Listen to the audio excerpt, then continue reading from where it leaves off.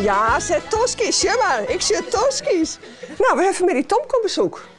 En we hebben een heleboel bijen hier in Hoershoorn die Tomke zien komen. Omdat wij het heel erg belangrijk vinden dat de meertaligheid is in de zorg.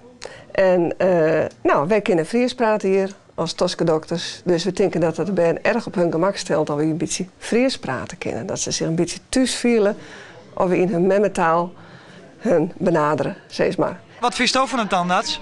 Nou, mijn broer die heeft één keer een kies die werd eruit getrokken en toen werd ik een beetje bang voor de tandarts, maar gelukkig is dat nu weer over. En is dat ik een beetje dankzij Tomke?